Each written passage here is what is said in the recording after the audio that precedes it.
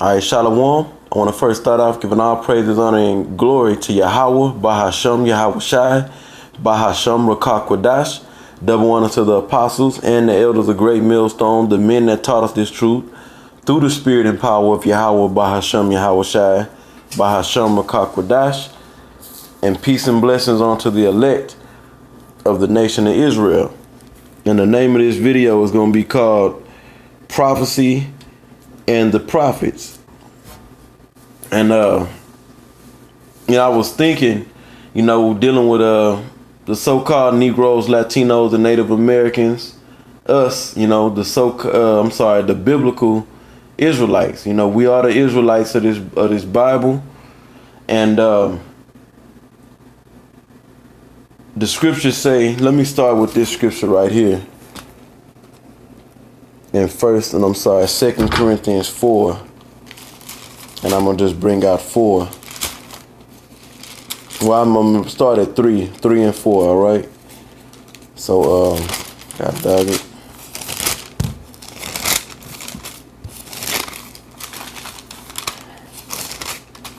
Yes, 2 Corinthians 4 and 3, it says, but if our gospel be hid, it is hid to them that are lost. And 2/3 of our people, the ones I just named, the so-called Negroes, Latinos, and Native Americans, are lost.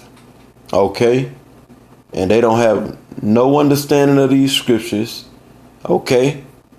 And they definitely don't understand about prophecy. And they don't understand that the prophets are going to be here on the scene in these last days. Let me continue reading. It says, in whom the God of this world has blinded the minds of them which believe not. And that's the case with our people. They've been blinded by the God of this world. That's how the Most High set it up.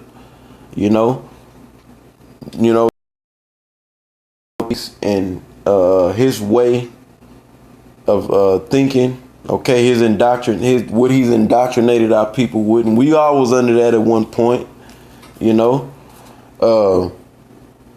has blinded their minds, and we was all blinded at one point. But the Most High pulled, or called men, out of that, and some women, out of that blindness. And let me read on. It says, lest the light of the glorious gospel of Mashiach, who is the image of the Most High, should shine onto them. See, but the point I want to get out of this is that they're blinded, and they're blinded by the so-called white man. Okay? So when it comes to prophecy, like I was saying, I was thinking, the only thing I will give, it is some jakes out there that'll say we living in the last days. They can't tell you why, but they just feel like we living in the last days. They can't tell you why they feel like we living in the last days. But I've heard a lot of jakes that's not in this truth say we got to be in the last days. I think we in the last days, so that is biblical prophecy. We are in the last days, but they don't have an understanding about what it's all about, what's going to be happening in the last days. Okay.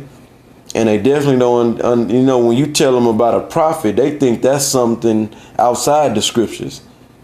You tell a person that go to this wacky tacky so-called church, all right, that are into Christianity, you tell them about a prophet or prophets, they don't know that that's in the scriptures.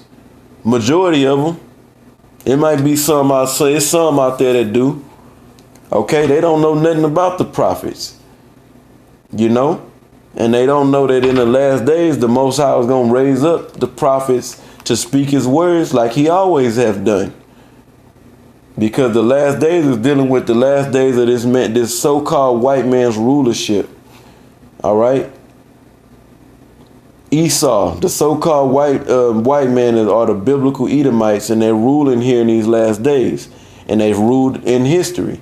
They ruled during the time of the Greeks. Those were Edomites, so-called white men. The Roman Empire.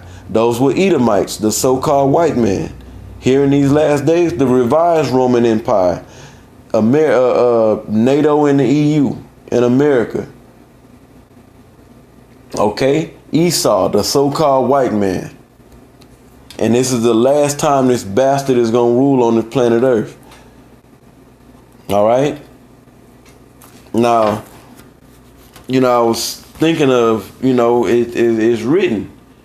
It's written that the prophets is going to be on the scene. And if the prophets is on the scene here in these last days, what are they going to be doing? They're going to be prophesying. Because they're going to be dealing with the scriptures. The scriptures are based on what? Prophecy. It's prophecy all through the scriptures. So let's go here to Revelation 11 and 11. Let's get that.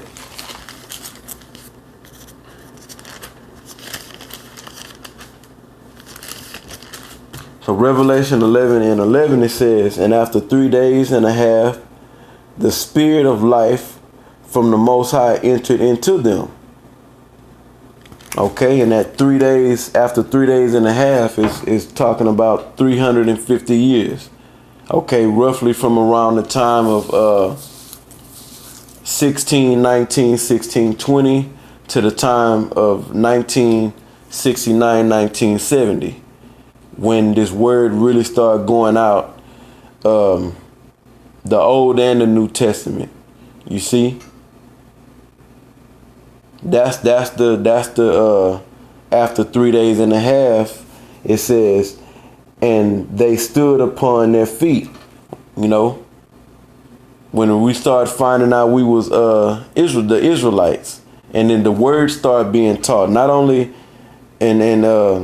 but I'm sorry, not just the Old Testament, but the New Testament, the entirety of this book. You see? It says, let me read that again. And after 3 days and a half, the spirit of life entered into them. Just like in the book of Ezekiel 37, they talk about in the valley with the dry bones. And the bones were very dry. But the Most High breathed life into them bones, and they did live. Right? So that means we got our identity back, and we got the understanding of these scriptures. What does the scripture say in John 6 and 63? The flesh profited nothing. It is the spirit quickeneth, the flesh profited nothing. The words that I speak unto you, they are spirit and they are life. Right? So this word gives us life, and we out here teaching this word. So let's read it again. It says, after 3 days and a half, the spirit of life from the Most High entered into them, and they stood upon their feet. And that's what we do. We stand upon our feet when we go out and teach this word. Okay? And great fear fell upon them which saw them. All right? So that's biblical prophecy right there. In the last days, the Most High was going to raise up, put the spirit of life in the prophets to go out and teach. That's a scripture on it.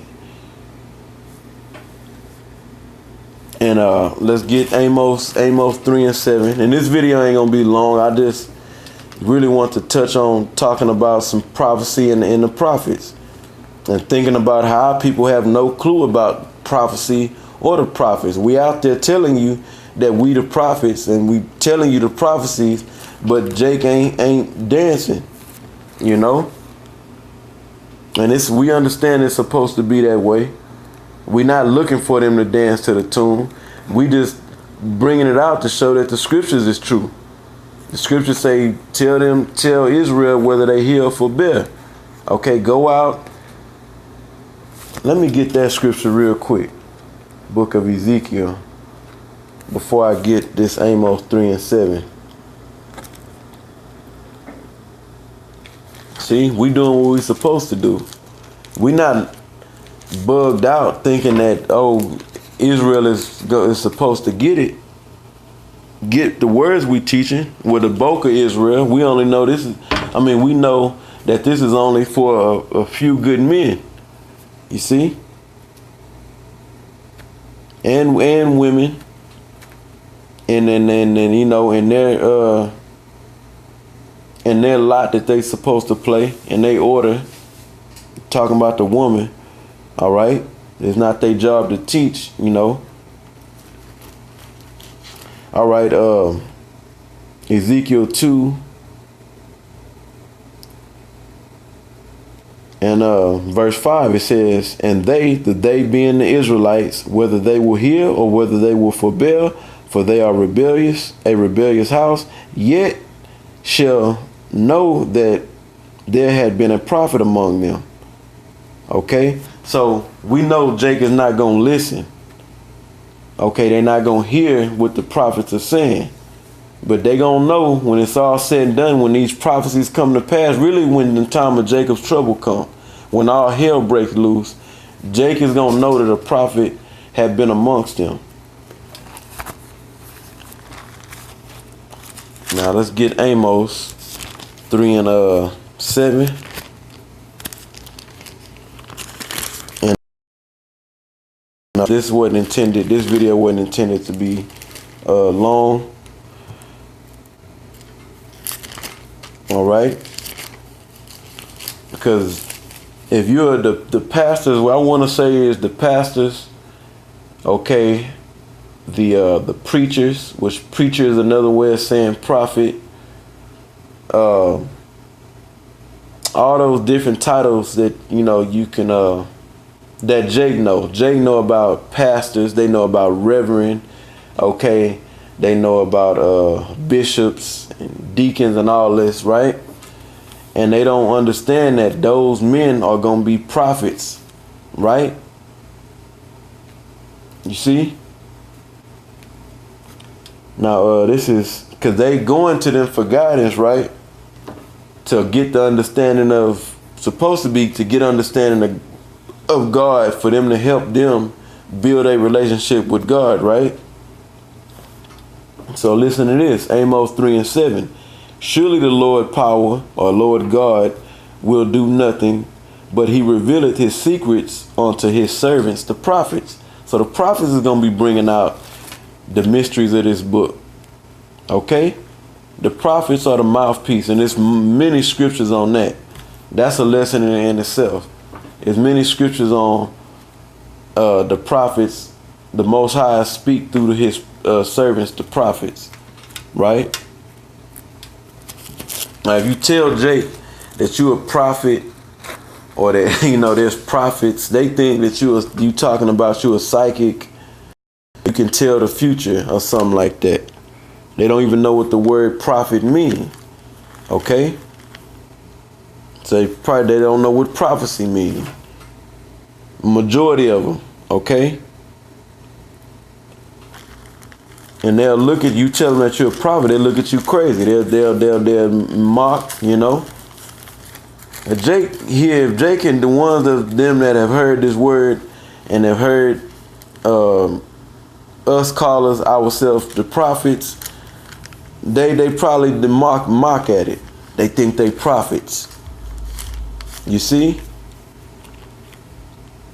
And then you got I'm gonna say this too, you got the ones that's in the church, in the so-called church, they don't know shit. They don't know nothing about prophets. I had one Jake tell me years ago that Jesus was the last prophet. There ain't no more prophets. I was like, damn, wow, what the hell are they teaching you in that where they ain't teaching them shit in these so-called churches? You know? To make a stupid ass statement like that. Jesus was the last prophet. Because you don't know what the word prophet means. That's why you will believe something like that. Now this is 1 Corinthians. If Jesus was the last prophet, you know, and that's just what he said. I'm using that as an example, but Jake don't know nothing about the prophets. They think it's funny. They just want to play goddamn games, you know. Even the ones that say they believe in the Bible and that go to church.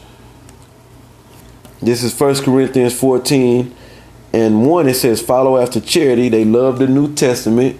And we love the New Testament, but we love it in truth and understand with truth. You know? Follow after charity and desire spiritual gifts, but rather that you may prophesy. So Paul is saying that you should desire to prophesy. That's the greatest office or the greatest gift you can have. Okay? It's to be a prophet. To have the gift to be able to prophesy. You see? So here in these last days, what's going to be prevalent? What's going to reign supreme? Prophecy and the prophets, because the prophets are going to bring out the prophecies of these scriptures. All right. So that was pretty much it. You know, just wanted to say a few words on that. And Lord willing, you know, this lesson was edifying and exhorting to our spirits. With that, I want to give all praises, honor, and glory to Yahweh, Bahasham Yahweh Shai, Bahasham Rakakwadash. Double honor to the apostles and the elders of Great Millstone, the men that taught us this truth through the Spirit. And peace and blessings unto the elect of the nation of Israel. Shalom.